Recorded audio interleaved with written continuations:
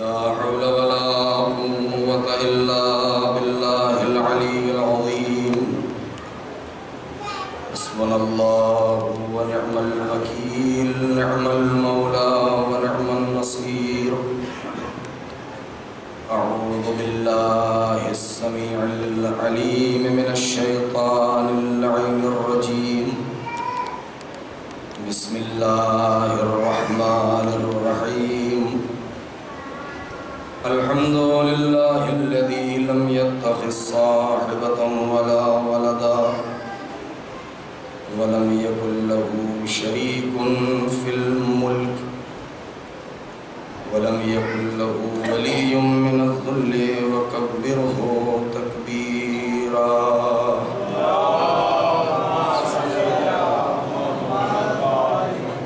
والصلاة والسلام والتحية والإكرام على النبي الأمي المكي المدني القرشي الهاشمي القطعي سيدنا ومولانا ومقتدانا وهادينا أبي القاسم محمد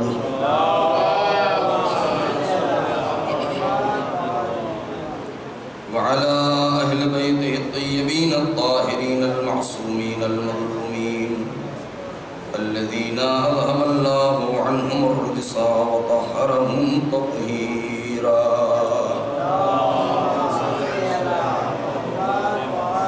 سلام على آل طه وياسين ولعنة الله على أعدائهم أجمعين من الآن إلى يوم الدين. أما بعد،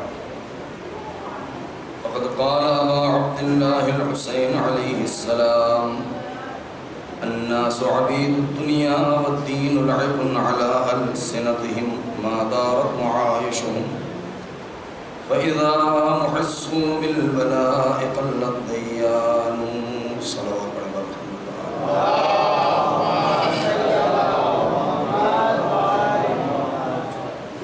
آپ ازا سے دعا سے کہ ایک بار سورہ حمد اور 3 بار سورہ اخلاص تلاوت فرما کے جناب منور علی ابن حیدر علی مرحومہ شہزاد بی بی بنت غلام حیدر ذکی حیدر ابن رضی حیدر مرحومین کی روح کو ایثار فرما دیں.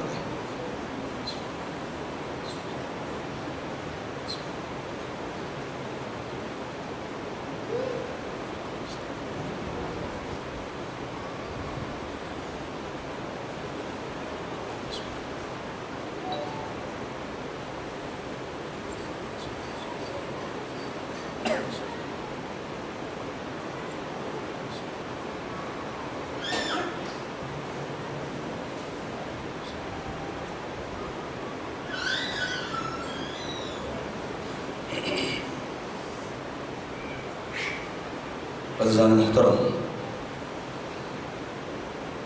سرکار سید الشہداء حضرت ابا عبداللہ حسین علیہ السلام کی یہ بہت ہی مشہور حدیث، جس میں آپ نے عام انسانوں کے بارے میں، خواہ وہ کسی بھی مذہب سے تعلق رکھتے ہوں، یہ ارشاد فرمایا کہ لوگ دنیا کے غلام ہیں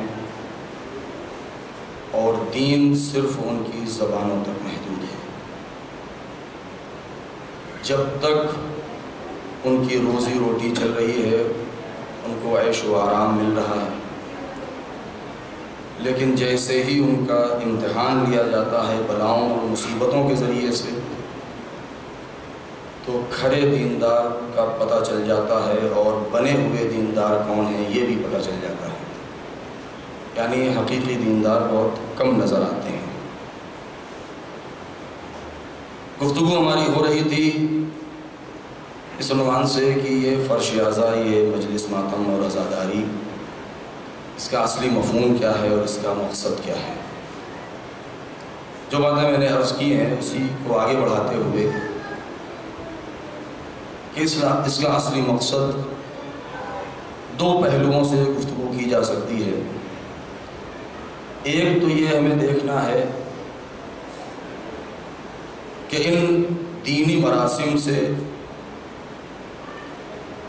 اس عزاداری سے ہمارا اور ہماری قوم کو کیا فائدہ پہنچنے والا ہے؟ دوسری یہ کہ عام انسانیت کو اور عالم بشریت کو اس سے کیا فائدہ پہنچنے والا ہے؟ تیسری طرف سے یہ کہ خود ہماری ذمہ داری کیا ہے؟ یعنی اس کو ہمیں ایک حیثیت سے یہ دیکھنا ہے کہ اس کا فائدہ ہماری ذات سے اور ہماری قوم اور ہماری ملت اور عالم انسانیت سے کیا ہے۔ دوسرا یہ کہ اس کا خود رابطہ ہمارے مولا اور آقا سے کیا ہے۔ لہذا اس دو پہلو پر نظر ڈالی جا سکتی ہے۔ لہذا جہاں اس بات کو مد نظر رکھا جائے کہ اس سے ہمیں کیا فائدہ پہنچنے والا ہے، اس کو تقسیم کیا جاتا ہے مختلف انداز سے، مختلف اس کی کیٹیگریز ہیں۔ ایک تو اس کا مقصد یہ ہے کہ جو بہت ہی محدود ہے، جس سے ہمیں روکا گیا ہے، اور ہر ظالم فکر اور بیماریوں سے دور قلب، جو بالکل صحیح و سالم پاک طینت رکھتے ہیں، ان کی صحیح فکر اور صحیح قلب، وہ کبھی بھی اس بات کو ایکسپٹ نہیں کر سکتا ہے اور مان نہیں سکتا کہ ہمارے مولا اور آقا نے جو اتنی عظیم قربانی دی ہے، ہم اس کو صرف اپنے ذاتی اور اپنے ہی قوم کے فائدے تک محدود کر دیں۔ ہم کوئی بھی سالم فکر اس بات کی اجازت نہیں دیتی اور یہ سوچ نہیں سکتی۔ کیوں؟ اس لیے کہ کربلا کا پیغام ایک آفاقی پیغام ہے۔ کربلا بشریت کو سیدھے راستے پر لگانے کے لیے قیامت تک اس کاروان بشریت کو صراط مستقیم پر گامزن کرنے کی ضامن ہے۔ ایک دو زمانے میں نہیں، 100 200 سال، 50 سال، 1000 سال نہیں، قیامت تک یہ کاروان بشریت راہ سے بے راہ نہ ہونے پائے، بھٹکنے نہ پائے۔ کیوں؟ اس لیے کہ ہمیں اپنے مولا اور آقا کے اس فقرے کے اوپر غور کرنا ہوگا جس میں آپ نے اپنے مقصد کا اعلان کیا ہے۔ ایک بہت بڑا مسئلہ ہے جو یہاں پہ حل ہو سکتا ہے، اور وہ یہ کہ ہمیں یہ دیکھنا ہوگا کہ کربلا کی بنیاد کب رکھی گئی ہے، کربلا کو سجانے میں، سنوارنے میں، آمادہ کرنے میں کتنے سال صرف ہوئے ہیں، تب جا کے اس کربلا کا جو نتیجہ ملا ہے، یہ نتیجہ کتنے سال تک اپڈیٹ کرنے کی ضرورت نہیں ہے۔ یہ سب وہ مسائل ہیں جس پر غور کرنے کی ضرورت ہے۔ ہمیں صدر اسلام کی تاریخ پر نظر ڈالنی ہوگی، اور اس کے بعد پھر صدر اسلام سے لے کر کے سن 61 ہجری تک، پھر سن 61 ہجری سے لے کر کے تقریباً 132 135 ہجری تک، اور اس کے بعد سے لے کر کے 255 سے 260 ہجری تک، یہ الگ الگ زمانے ہیں۔ ہمیں ان سارے زمانوں پر نظر ڈالنی ہوگی۔ پھر سن 260 ہجری سے لے کر کے آج تک، یعنی یہ ہر زمانے کے اپنے شرائط ہیں، اپنے حالات ہیں، اپنا ماحول ہے، اپنی حکومتیں ہیں، حکومتوں کا اپنا طریقہ ہے۔ لہذا اگر ہم ان ساری چیزوں پر ایک نظر ڈالیں تب ہمیں کربلا کی حقیقت سمجھ میں آئے گی۔ مجھے زیادہ تفصیل میں نہیں جانا ہے، صرف ایک اشارہ کرنا ہے آپ کی خدمت میں۔ یہ بات اپنی جگہ بالکل طے ہے کہ پیغمبر اکرم کو واقعہ کربلا کی خبر اسی دن مل گئی تھی جس دن سرکار سید الشہداء کی ولادت ہوئی تھی۔ یہ آپ سنتے آئے ہیں کہ جناب جبرائیل امین آئے اور آنے کے بعد مبارکباد دیا، اور مبارکبادی دینے کے ساتھ ہی ساتھ مصائب کربلا بھی بیان کر دیا، اور پیغمبر اکرم نے گریہ کیا، اور یہ مسئلہ اسی دن طے ہو گیا۔ لیکن اس تاریخ سے لے کر کے اور پھر سن 11 ہجری تک، یعنی سن 2 یا 3 ہجری سے لے کر کے سن 11 ہجری تک، کہ جب پیغمبر کی وفات ہوئی ہے، پیغمبر کی وفات سن 11 ہجری سے لے کر کے کب تک؟ سن 50 یا کم سے کم سن 40 ہجری تک، وہ 30 سال۔ یہ 30 سال کا دور اتنا خطرناک دور گزرا ہے کہ جس کو قانونی حیثیت دینے کے لیے نہ معلوم کیسے کیسے پیترے بدلے گئے، نہ معلوم کیسی کیسی روایتیں گڑھی گئیں اور پیغمبر کی طرف منسوب کیا گیا۔ لہذا یہ سب آپ جانتے ہیں، صرف ایک اشارہ تھا تاکہ ذہن آمادہ رہے۔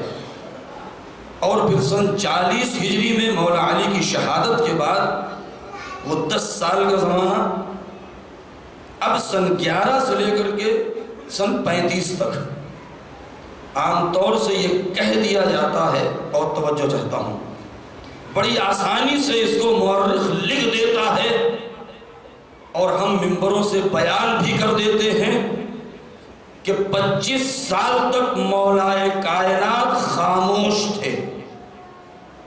وہ 25 سال مولا علی کی خاموشی کی زندگی۔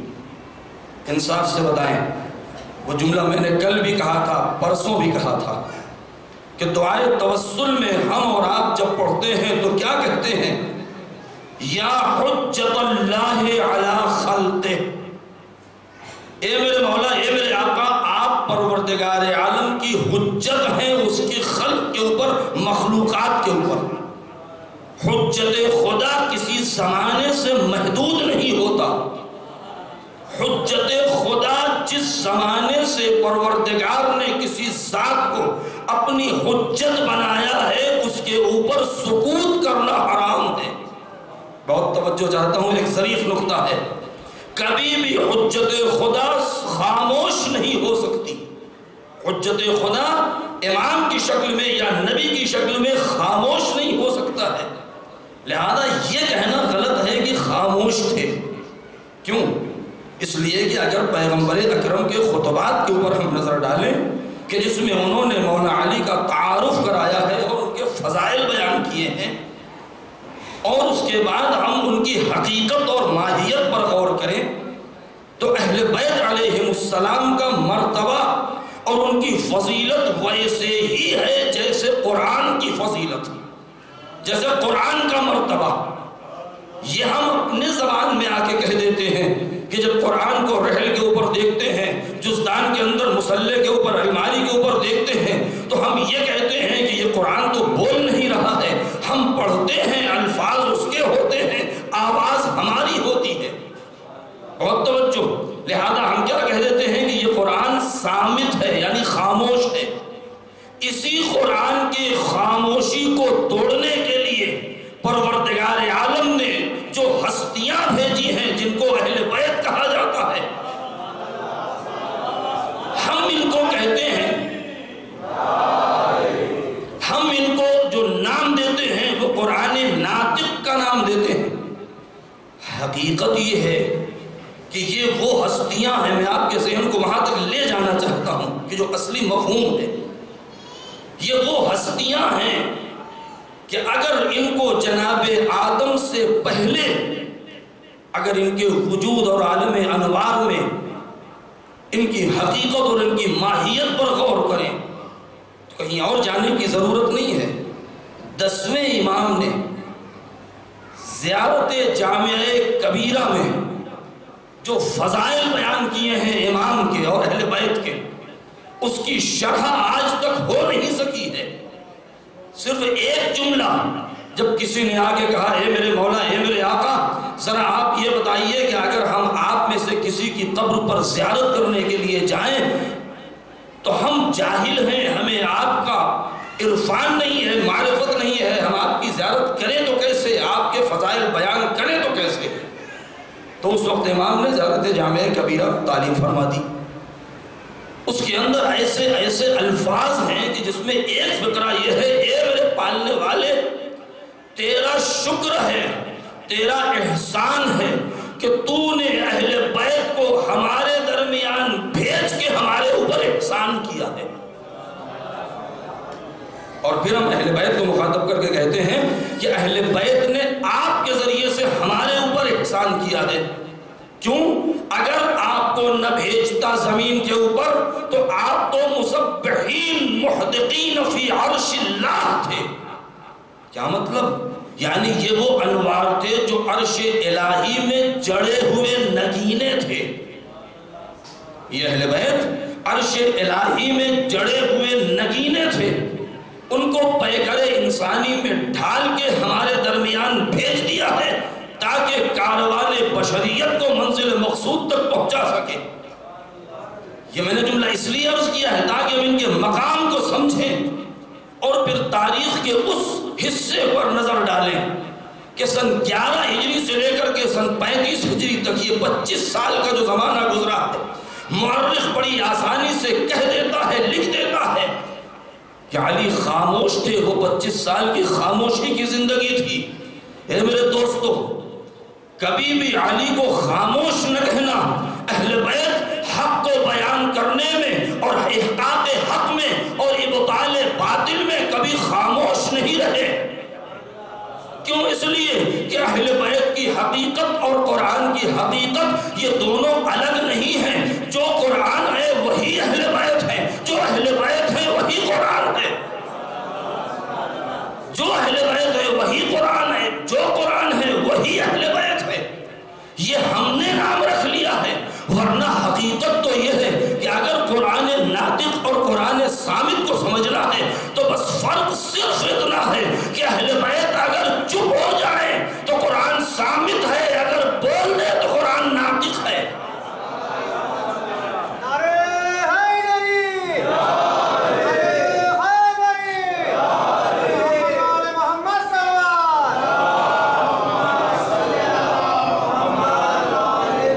جس جملے کے لیے میں نے زحمت دیا ہے وہ یہ جملہ ہے کہ اسلام، دین، شریعت، قرآن، اصول زندگی، طریقہ بندگی، سلیقہ زندگی، یہ سب کچھ کی حقیقت ذات علی ہے۔ یہی ذات علی وہ ہے، ذات اہل بیت وہ ہے جو حقیقت قرآن ہے، حقیقت دین ہے، حقیقت شریعت ہے۔ اگر ہم نے یہ کہہ دیا کہ علی خاموش تھے، میرے دوستو، خاموش نہ کہنا۔ کیوں؟ اس لیے کہ وفات رسول کے بعد لوگوں نے اس شریعت کو، اس اسلام کو جس ڈگر پر ڈالا تھا، اگر علی خاموش ہو گئے ہوتے تو دین خاموش ہو جاتا، شریعت خاموش ہو جاتی، اسلام خاموش ہو جاتا۔ علی خاموش نہیں تھے، وہ طریقہ اظہار حق بدلا ہوا تھا، حق کے اظہار کا طریقہ بدلا ہوا تھا۔ یہ راز کب کھلا ہے؟ یہ راز تب کھلا ہے کہ جب سن 60 ہجری کو امام حسین علیہ السلام مدینے سے نکل رہے ہیں، اور وہ فقرہ جو میں نے پہلے دن عرض کیا تھا آپ سنتے آئے ہیں کہ اپنے بھائی محمد حنفیہ کے نام جو انہوں نے وصیت نامہ پیش کیا تھا اور آپ نے تحریر کر کے دیا تھا یا بیان کیا تھا، تو اس میں جملہ کیا ہے؟ وفات پیغمبر کے بعد کب تک؟ سن 35 تک، یہ 25 سال۔ اور اس کے بعد پھر جب مولانا علی کو خلافت ملی ہے ظاہری، کہ خطبہ شخشقیہ موجود ہے نہج البلاغہ میں، کہ جس میں آپ نے وہ پورے حالات بیان کیے ہیں، کہ جس میں آپ نے یہ بیان کیا کہ روز بیعت میرے در پر اتنی بھیڑ تھی کہ میرے پیر کے دونوں انگوٹھے کچل گئے تھے۔ لقد وطع الحسنان، بعض لوگوں نے اس کی تفسیر یہ کیا ہے کہ امام حسن اور امام حسین علیہ السلام دب گئے تھے اس بھیڑ میں، اور اس کے بعد پھر مجھے تفصیلات میں نہیں جانا، یہ جو آپ نے پورے حالات بیان کیے ہیں۔ جب یہ ساری بیعت ختم ہو چکی ہے تو جو شرط رکھی گئی ہے وہ کیا ہے؟ یہ سب سے اہم نقطہ ہے کہ سیرت شیخین پر عمل کیا جائے، یعنی نبی کے بعد جو افراد آئے تھے اس مسلم خلافت پر، انہی کی سیرت پر قائم رہا جائے۔ اس کے بعد سے تاریخ خاموش ہے۔ حسین ابن علی نے مدینے سے نکلتے وقت جس بات کے اوپر سے پردہ ہٹایا تھا، جس راز کو فاش کیا ہے وہ یہ ہے، آپ نے کہا تھا کہ میں اس لیے جا رہا ہوں کہ اسیرہ بسیرت جدی و ابی، بہت توجہ چاہتا ہوں، لطلب الاصلاح فی امت جدی و اسیرہ بسیرت جدی و ابی۔ اے دنیا والوں اتنا یاد رکھنا، میں نانا کی امت کو سدھارنے جا رہا ہوں اور ان کو صحیح راستے پر لگانے کے لیے نانا کی اور اپنے باپ کی سیرت قائم کرنے جا رہا ہوں۔ حسین ابن علی نے اس بات کا اعلان کر دیا، اگر دنیا میں انسانیت کو قائم کرنا ہے تو سوائے سیرت نبی کے، سوائے سیرت علی کے کسی اور سیرت میں اتنا دم نہیں ہے کہ آدمی کو انسان بنایا جا سکے۔ صلوات پڑھیں بر محمد و آلہ۔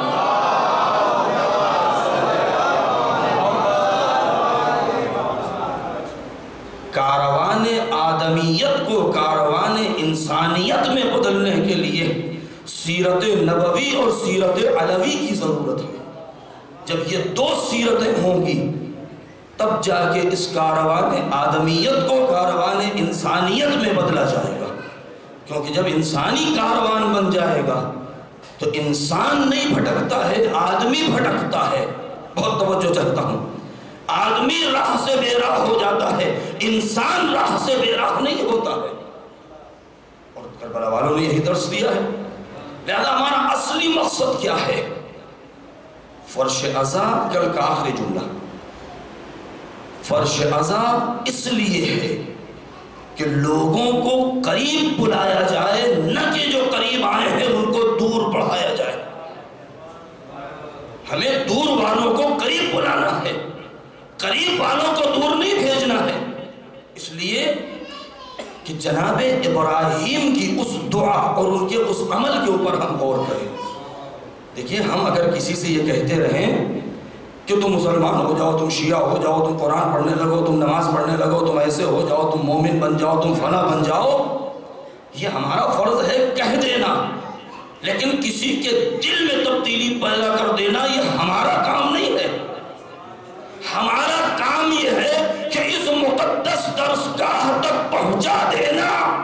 بہت توجہ، کیونکہ جناب ابراہیم کی سیرت یہی ہے کہ جب وہ مہمان آئے تھے تو جناب ابراہیم نے کیا کیا تھا؟ شرط رکھی تھی کہ تم سجدہ کر لو۔ جب سر سجدے میں رکھا تو جناب ابراہیم نے کیا کہا؟ پروردگار، سر کو جھکا دینا میرا کام تھا، دل کا جھکانا تیرا کام ہے۔ اے دوستو، اپنے اخلاق، اپنے کردار، اپنی رفتار، اپنی گفتار، اپنی تقریر، اپنے لوحوں، اپنے ماتم کے ذریعے سے، اس فرش عزا اور کربلا والوں کے پیغام کے ذریعے سے لوگوں کو جو دور ہیں یہاں پہنچا دینا یہ ہمارا کام ہے۔ ان کی سیرت میں انقلاب پیدا کر دینا یہ خدا کا کام ہے۔ ایک صلوات پڑھے بر محمد و آلہ۔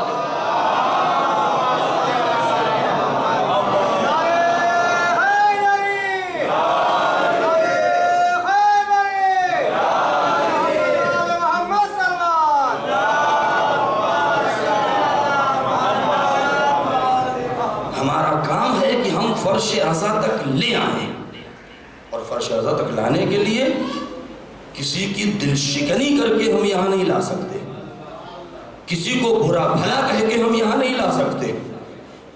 دیکھیے، ایک جملہ میں عرض کرنا، کربلا والوں کا پیغام بہت عظیم پیغام ہے۔ جو انسان، بہت سی باتیں، بہت سے الفاظ ایسے ہوتے ہیں جو ہمارے بچے نہیں سمجھ پاتے، ہماری مجبوری ہے۔ مقدسات دینی کسے کہتے ہیں؟ مقدسات دینی، مقدسات مذہبی، قرآن کی حرمت، قرآن کا احترام، اہل بیت کا احترام، منبر کا احترام، فرش عزا کا احترام، پروردگار عالم کی توحید کا احترام، یہ ہماری مسجدوں کا احترام، خانہ کعبہ کا، یہ مقدسات دینی ہیں۔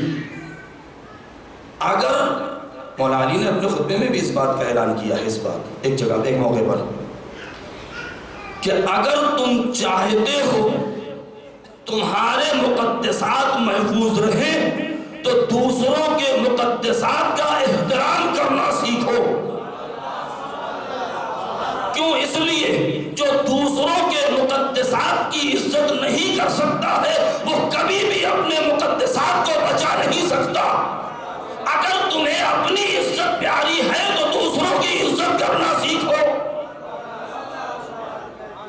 ہم دوسروں کی عزت کرنا سیکھیں تاکہ ہماری عزت محفوظ رہ جائے۔ یہی وجہ ہے کہ چھٹے امام نے کیا فرمایا؟ کونوا لنا زینا ولا تکونوا علینا شینا۔ اے میرے چاہنے والو، تم ہمارے لیے ہماری عزت کا باعث بننا، ہماری بدنامی کا باعث نہ بننا۔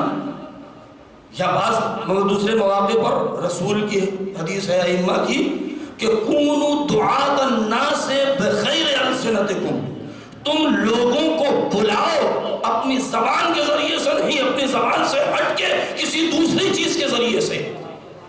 یعنی جب ہم کہیں جائیں کچھ بولیں تو دیکھنے والا کہے کہ یہ جعفر ابن محمد کا ماننے والا ہے، یعنی ہمارا کردار، ہماری سیرت ایسی ہو۔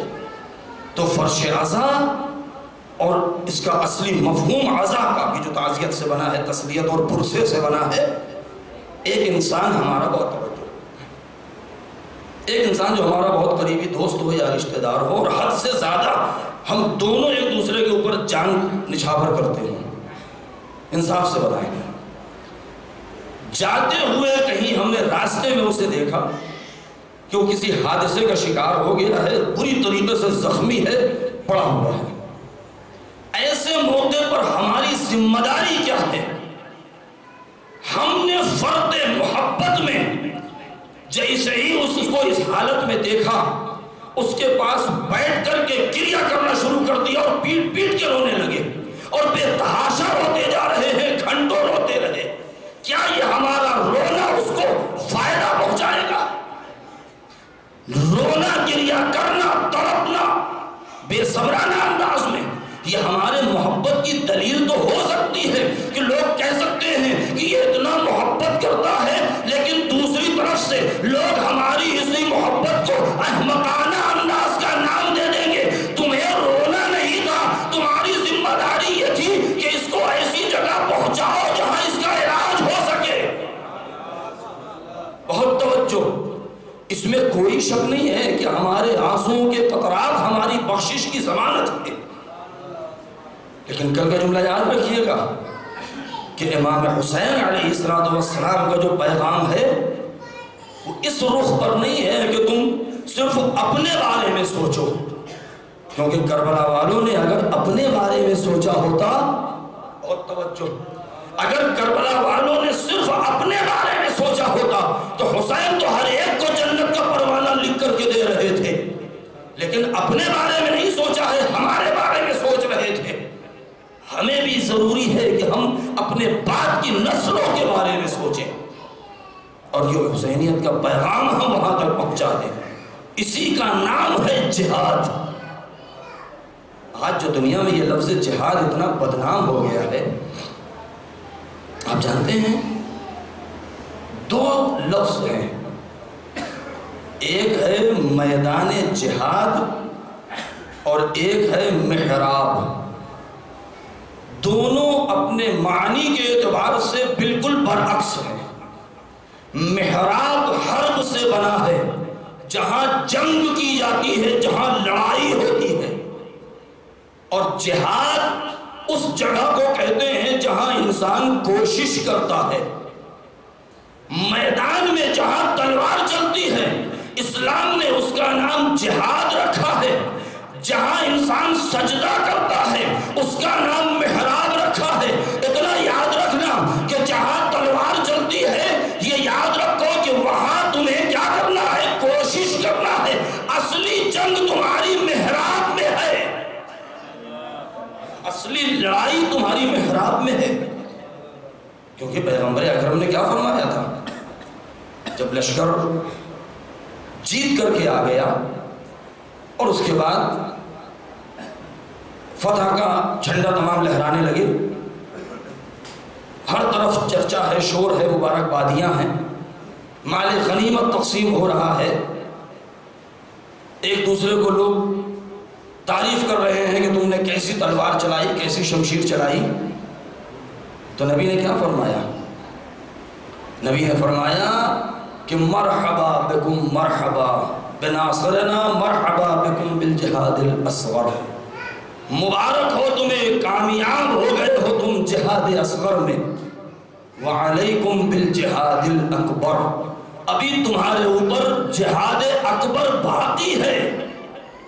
لوگ گھبرا گئے، یا رسول اللہ ہم نے اپنے جسم پر زخم کھائے ہیں، تیر ہمارے بدن پہ پیوست ہوئے ہیں، ہمارے اوپر شمشیر لگی ہے، ہمارے اوپر نیزے چلے ہیں، ہم زخموں سے چور ہوئے ہیں، بدن کا خون بہہ گیا ہے، اپنا مال و اسباب لٹا دیا ہے، اپنی اولاد قربان کر دی ہے، اور آپ اسے چھوٹا جہاد کہتے ہیں۔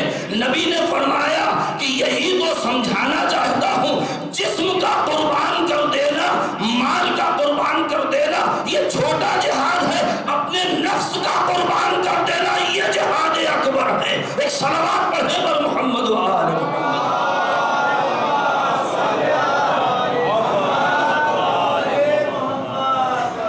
کیوں؟ مولا علی جب خیبر میں تھے یا جب دیگر مقامات میں تھے اس وقت آیت نہیں آئی تھی کہ پروردگار نے ان کے نفس کو خرید لیا ہے، اپنی مرضی دے دیا ہے۔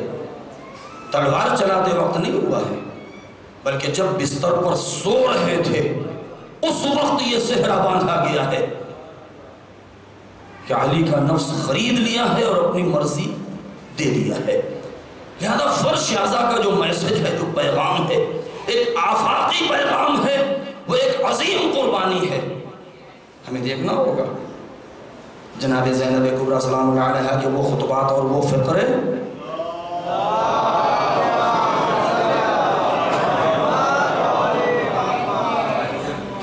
بھلا مجال ہے کسی میں کہ جو اس طریقے کی گفتار کر سکے؟ آج کی تاریخ سے مناسبت رکھتا ہے، اس لیے میں عرض کر رہا ہوں کہ آج کی یہ 13 محرم کی جو صبح ہے، یہ وہ تاریخ ہے کہ جب اہل حرم کا لٹا ہوا قافلہ دروازے کوفہ کے اندر پہنچا ہے اور دربار آراستہ کیا گیا ہے، سجایا گیا ہے، بازار سجا ہوا ہے، منادی ندا بھی دے رہا ہے، ڈھول بجانے والے ڈھول بجا رہے ہیں، بچے تالیاں بجا رہے ہیں، چھتوں کے اوپر عورتیں اور مرد اور بچے دیکھنے کے لیے جمع ہیں، میدان میں گھوڑے دوڑائے جا رہے ہیں، شہداء کے کٹے ہوئے سر نیزوں کے اوپر آگے آگے ہیں، ایک عجیب ہنگامہ ہے۔ ایسے موقع پر ایک ایسی چند خواتین کی جو بے مقلب و چادر ہوں، میں مسائل نہیں پڑھ رہا ہوں، ذرا غور کریں ان مسائل کے اوپر۔ اور اس کے بعد جس وقت دربار میں پہنچی ہیں جناب زینب تمام بیویوں کے ساتھ، بھائی کا سر سامنے ہے، اور اس کے بعد سامنے والا جو بولی مار رہا ہے، جو طنز کر رہا ہے، وہ طنز کیسا ہے معلوم ہے؟ روایات کے فقرے عجیب ہیں۔ ایک مرتبہ عبید اللہ ابن زیاد اس نے پوچھا کہ ان میں زینب کون ہے؟ جب ایک مرتبہ بیویوں کو سامنے سے ہٹایا گیا، جناب فضہ کو سامنے سے ہٹایا، جناب زینب کا سامنا ہوا، تو کتنا چبھتا ہوا جملہ کہا ہے اس نے۔ اب یہاں پر ٹھہر کے میں ایک جملہ کہہ دوں، انسان کی زندگی میں جو حالات پیدا ہوتے ہیں، اگر ہم سے اور آپ سے کوئی انسان کچھ پوچھے اور عام نارمل حالات میں ہم جو گفتگو کریں گے تو اس کا انداز کچھ اور ہوگا، خوشی کے عالم میں جب کچھ بات کریں گے اس کا انداز کچھ اور ہوگا، انتہائی غم کے حالات میں جب ہم کچھ گفتگو کریں گے اس کا انداز کچھ اور ہوگا۔ جناب زینب جو اتنی زیادہ غمزدہ ہیں کہ کن مصیبتوں سے سید سجاد کو بچا کے کوفے تک لے کے آئی ہیں۔ ابن زیاد کیا کہہ رہا ہے؟ کیف رأیت صنع اللہ بأخیک یا زینب، اللہ اکبر۔ یعنی آپ یہ دیکھیں کہ اپنے ان تمام ظلم و ستم کی نسبت اس کمبخت نے، اس ملعون نے خدا کی طرف دی ہے۔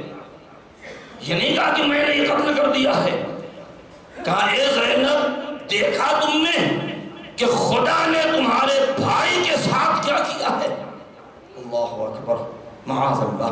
یہی فقرہ ہے روایت کا، کیف رأیت صنع اللہ بأخیک یا زینب۔ جیسے ہی یہ فقرہ دربار میں گونجا ہے، شہزادی جن کا دل اتنا غمزدہ ہے کہ ذرا سا کوئی پوچھ لے تو رونے لگے، لیکن ایک مرتبہ علی کی شیر دل بیٹی نے دشمن کی آنکھوں میں آنکھیں ڈال کے جو جواب دیا ہے وہ آج بھی گنبد تاریخ میں گونج رہا ہے۔ کیا جواب دیا ہے؟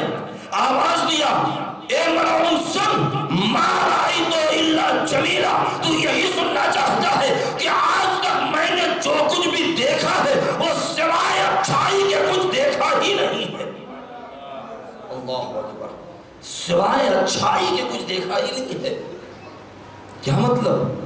کتنا اعتبار ہے، کتنا اعتماد ہے اپنے حق پرست ہونے کا۔ یہ جملے، یہ فرمان اور یہ میسج اور یہ پیغام یہ ضائع نہ ہونے پائے، یہ ہماری اور آپ کی ذمہ داری ہے۔ کیوں؟ اس لیے کہ یہ دونوں طرف اس طریقے کے افراد ملتے ہیں۔ کچھ ایسے افراد ہیں کہ جو ذرا سا بھی کوئی چھوٹا موٹا کام انجام دے دیتے ہیں تو اس کی نسبت یا خدا کے کام کی نسبت اپنی طرف دیتے ہیں۔ ذرا سا کوئی کمال کر دیا، میں نے ایسا کر دیا، میں نے ویسا کر دیا۔ لیکن اہل بیت کا کمال دیکھیں۔ مجھے واقعات نہیں پڑھنا ہے، صرف یہ میسج پہنچانا تھا کہ مولا علی کی زندگی کا اگر ہم جائزہ لیں، جنگ خیبر، جنگ خندق، جنگ احد، یہ بڑے معرکے ہیں۔ تاریخ کیا کہتی ہے کہ جنگ خیبر میں اگر علی کی جگہ کوئی اور ہوتا اور اگر اتفاق سے مرحب کا قتل ہو گیا ہوتا تو شاید وہ پورے میدان میں کود رہا ہوتا کہ میں نے کیا کر دیا، میں نے کتنا بڑا کمال دکھا دیا۔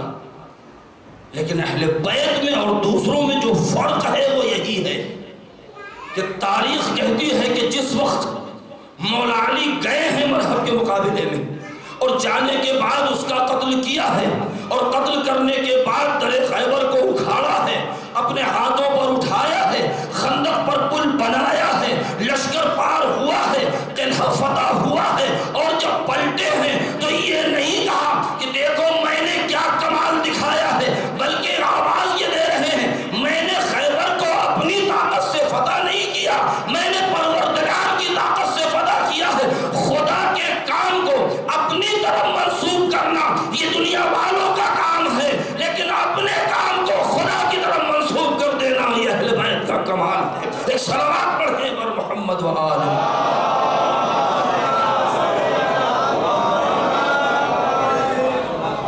امام حسین علیہ السلام کی وہ فکر ہے جو آپ نے سجدہ آخر میں کہا ہے۔ یہ جملہ سنتے آئے ہیں کہ گلے پر بند خنجر ہے اور آپ امت کے بخشش کے لیے دعا کر رہے ہیں۔ شمر سے کیا فقرہ کہا تھا؟ اے شمر ان تعرفنی فتعرفنی، ان لم تعرفنی فإنی اعرفنی۔ اے شمر اگر تو مجھے پہچانتا ہے تو پہچانتا ہے، نہیں پہچانتا تو میں پہچانتا ہوں کہ میں کون ہوں۔ اور اس کے بعد آپ نے اپنے فضائل بیان کیے۔ یہ نہیں کہا میں حسین ہوں، صرف یہی نہیں کہا کہ میں علی کا بیٹا ہوں، یہی نہیں کہا کہ میں نبی کا نواسا ہوں، بلکہ امام نے اپنی اس حقیقت کی طرف اشارہ کیا ہے، ان فضائل کا ذکر کیا ہے۔ سب سے پہلے یہ کہا کہ انا ابن رسول اللہ، انا ابن خدیجۃ الغراء، انا ابن فاطمۃ الکبریٰ۔ اور اس کے بعد پھر کیا کہا کہ انا ابن الزمزم والصفا، انا ابن البیت العتیق، انا ابن المشعر والمنی۔ کیا مطلب؟ کہا کہ مجھے پہچانو کہ میں زمزم کا بیٹا ہوں، میں کوہ صفا مروہ کا بیٹا ہوں، میں کعبے کا بیٹا ہوں، میں مقام ابراہیم کا بیٹا ہوں، میں مشعر و منی کا بیٹا ہوں۔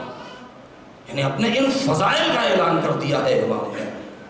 اتنی عظیم جو قربانی دی ہے، کیا واقعاً ہمارے لیے بس اتنا ہی ہے کہ صرف ہم اپنے ہی دائرے میں رہیں اور اپنی بخشش کے بارے میں سوچیں؟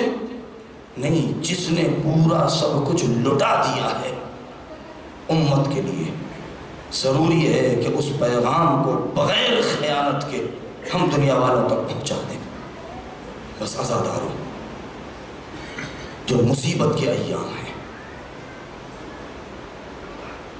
2 محرم سے لے کر کے عصر عاشور تک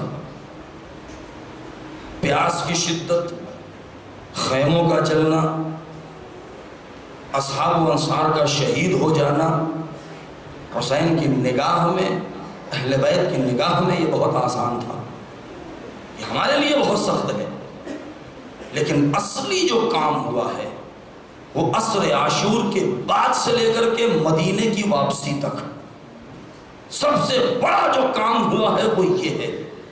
اس لیے میں ایک جملہ عرض کرنا چاہتا ہوں، بہت اچھی تحلیل کی ہے اس کی استاد شہید مرتضیٰ مطہری نے، کہ یزید یہ سوچ رہا تھا کہ اذان کا خاتمہ اور نماز کا خاتمہ اذان علی اکبر پر ختم، حسین کے آخری سجدے پر نماز ختم، لیکن اسے یہ نہیں معلوم تھا جب یہ قافلہ کربلا سے کوفے پہنچا ہے، تو بڑا اچھا جملہ ہے، ایک روایت کی تشریح کیا ہے انہوں نے، یہ لفظ اردو میں بیان کرنا بہت مشکل ہے۔ وہ کہتے ہیں کہ یزید کو جو اس نے اعلان کیا ہے اپنے مشیروں سے اور مشورہ کرنے والوں کو جو کہا ہے وہ یہی جملہ تھا، اور ابن زیاد نے اور یزید نے، کہ مجھے نہیں معلوم تھا کہ زندہ حسین سے زیادہ میری مجبوری ہے یہ لفظ استعمال کرنا اردو کی زبان کے اعتبار سے۔ وہ کہتا ہے مجھے نہیں معلوم تھا، اس بات کا اندازہ نہیں تھا کہ زندہ حسین سے زیادہ مردہ حسین میرے لیے مشکل کا باعث بن جائے گا، یعنی شہید حسین، میں اس کا ترجمہ یوں کر سکتا ہوں۔ کیوں؟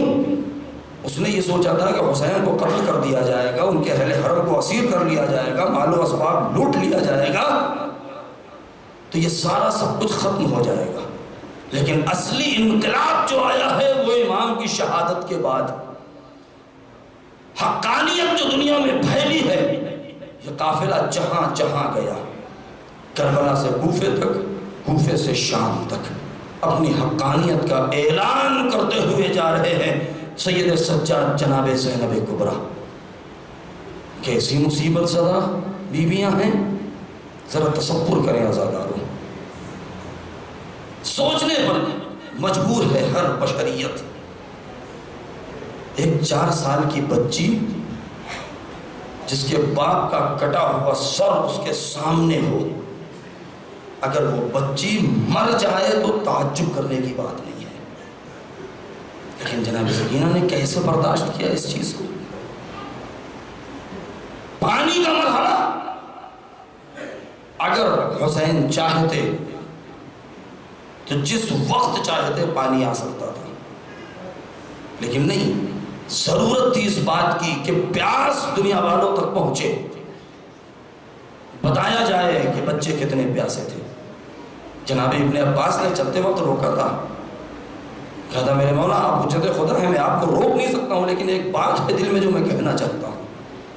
امام نے کہا کہ کہو کیا کہنا چاہتے ہیں؟ کیا میرے مولا میں نے آپ کے جد سے یہ سنا ہے کہ اس طرح واقعہ ہونے والا ہے، آپ عراق نہ جائیں، میں نے سنا ہے کہ آپ اور آپ کے ساتھیوں کو قتل کر دیا جائے گا۔ تو امام نے کیا فرمایا تھا؟ ان اللہ شاء ان یرانی قتیلہ، پروردگار چاہتا ہے کہ مجھے قتل ہوتا ہوا دیکھے۔ پھر پلٹ کے سوال کیا، فما معنی حملک هذه النسوہ، اے میرے مولا پھر یہ بچوں کو اور خواتین کو لے جانے کا کیا مقصد ہے؟ امام نے کیا کہا؟ ان اللہ شاء ان یراہن سبایا، پروردگار چاہتا ہے کہ ان کو اسیر ہوتا ہوا دیکھے، کیونکہ کربلا زینب کی اسیری کے بغیر نامکمل تھی، زینب کی اسیری کے بغیر نامکمل ہے۔ خدا کسی بہن کو وہ منظر نہ دکھائے، خدا کسی بیٹی کو وہ منظر نہ دکھائے، خدا کسی بیٹے کو وہ منظر نہ دکھائے جو سید سجاد نے جناب زینب و ام کلثوم نے دیکھا ہے، جو جناب سکینہ نے دیکھا ہے۔ وہ مصائب آج کے مصائب ان سے کہیں زیادہ ہے، کیونکہ امام زین العابدین علیہ السلام نے جو سب سے زیادہ مصیبت، دیکھیں کچھ مصیبتیں ایسی ہیں، بات آ گئی ہے ذہن میں تو ایک چیز میں کہہ دوں، دو تین مصیبتیں ایسی ہیں کہ جب جب معصوم سے پوچھا گیا ہے، جب جب پوچھا گیا، اے میرے مولا ذرا تفصیل سے بتائیے، ذرا ڈیٹیل میں جائیے. امام نے نہیں بتایا، بیان نہیں کیا ہے. ایک کون سی مصیبت کہ جب امام حسن علیہ السلام سے کسی نے پوچھا تھا اور بار بار اصرار کر رہا تھا، اے میرے مولا آپ اتنا گریہ کرتے ہیں، ذرا بتائیے تو صحیح کہ مسجد اور گھر کے درمیان آپ کی ماں کے اوپر کیا ظلم ہوا تھا. تو آپ جانتے ہیں امام حسن سوائے رونے کے کبھی آپ نے تفصیل بیان نہیں کی.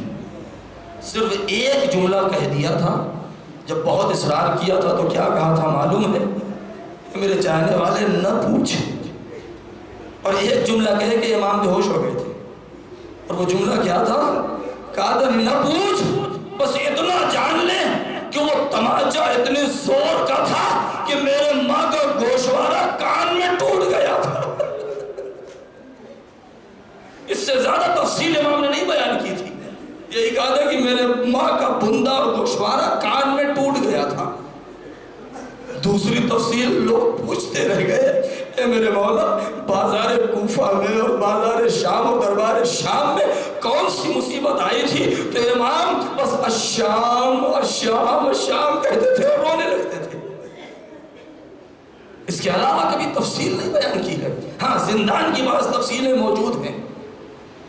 عزادارو آج کی یہ تاریخ کہ 12 محرم کی شام کو یہ لٹا ہوا قافلہ دروازے کوفہ سے پہلے جو میں نے عرض کیا تھا کہ مسجد حنانہ کے قریب پہنچا، آج بھی وہاں وہ تربت بنی ہوئی ہے اور زری موجود ہے. اس مسجد کے بالکل بیچوں بیچ میں زائرین زیارت کرنے کے لیے جاتے ہیں. وہاں جو بورڈ لگا ہے اس زری کے اوپر لکھا گیا ہے کہ یہ وہ مقام ہے جہاں پر حسین اور ان کے چاہنے والوں کے کٹے ہوئے سر رکھے گئے تھے، جس سے کچھ بال اور خون گرا تھا اور اس کی قبر وہی بنا دی گئی ہے. اور رات بھر اسی جگہ وہ کٹے ہوئے سر کو رکھا گیا. ادھر بازار راستہ ہوا، ادھر صبح نمودار ہوئی. جب دن کا اجالا ہوا ہے تب ابن زیاد نے فرمان بھیجا کہ ارے عمر سعد سے کہہ دو کہ یہ لٹا ہوا قافلہ ارے اس کو لے کر کے کوفے میں آ جائے. اے عزادارو، ارے جیسے ہی زینب نے سنا کہ اب یہ ہمارا قافلہ ارے کوفے جانے والا ہے، زینب لرز گئی. کیوں؟ اس لیے کہ ارے سن 35 سے لے کر کے سن 40 سال تک ارے زینب اسی کوفے میں شہزادی بن کے رہی تھی. ہائے زینب نے سوچا ہوگا کہ ارے کتنی ایسی خواتین ہیں جو ہم کو جانتی ہیں. کیوں؟ اس لیے کہ بہت سی عورتیں ایسی تھی جن کو قرآن سکھایا تھا، شریعت بتائی تھی، دین اسلام کا درس دیا تھا. یہی وجہ ہے کہ جب زینب کوفے میں داخل ہوئی ہے ارے سر کو جھکائے ہوئے ہے. اے عزادارو، ارے جو لوگ کوفے زیارت کرنے گئے ہیں ان کو معلوم ہے، جو نہیں گئے ہیں پروردگار زیارت نصیب کرے. ارے جب آپ کوفے میں داخل ہو تو 3 مقامات ہیں. ایک طرف مسجد کوفہ ہے، ایک طرف مولا علی کا گھر ہے، اور ان دونوں سے ملا ہوا وہ ابن زیاد کا دربار ہے. ہائے رے زینب کی نظر جب اپنے گھر پر پڑی ہوگی ارے دل پھٹ گیا ہوگا. عجب نہیں رجب کا رخ کر کے کہا ہو اے بابا علی مرتضیٰ، ہائے اپنے بیٹی کی مدد کیجئے. ارے یہ وہی کوفہ ہے جہاں زینب شہزادی بن کے آئی تھی. اے بابا، ارے آج زینب آ رہی ہے، تماشائیوں کا مجمع ہے، منادی ندا دے رہے ہیں. اے تماشا دیکھنے والوں دیکھو، حاضر السبایا من بنات رسول اللہ، یہ نبی ذاتیاں ہیں جو قیدی بنا کے لائی جا رہی ہیں. وَسَيَعْلَمُ الَّذِينَ ظَلَمُوا أَيَّ مُنْقَلَبٍ يَنْقَلِبُونَ. الہی بحق الزہرا و ابیہا و بعلہا و بنیہا و السر المستودع فیہا. پالنے والے ہمارے اس مختصر سے عمل کو قبول فرما. پروردگار ہمیں مولا کا حقیقی عزادار بنا دے. پروردگار تجھے شہدائے کربلا کا واسطہ جو مرحومین دنیا سے گزر چکے ہیں انہیں جوار معصومین میں اعلیٰ علین میں جگہ مرحمت فرما. جو بیمار ہیں ان کو شفائے کامل و عاجل مرحمت فرما. جو بے روزگار ہیں ان کو روزگار عطا فرما، جو بے اولاد ان کو صاحب اولاد فرما۔ ہمارا پرسہ تعزیت سلام کے ساتھ ہماری مولا کی خدمت میں پہنچا دے، ہمارے امام کے ظہور میں تعجیل فرما، ہمیں ان کے مددگاروں میں شمار فرما۔ ماتم حسین۔ ایک بار سورہ حمد اور 3 بار سورہ اخلاص کی تلاوت فرما کے جناب منور علی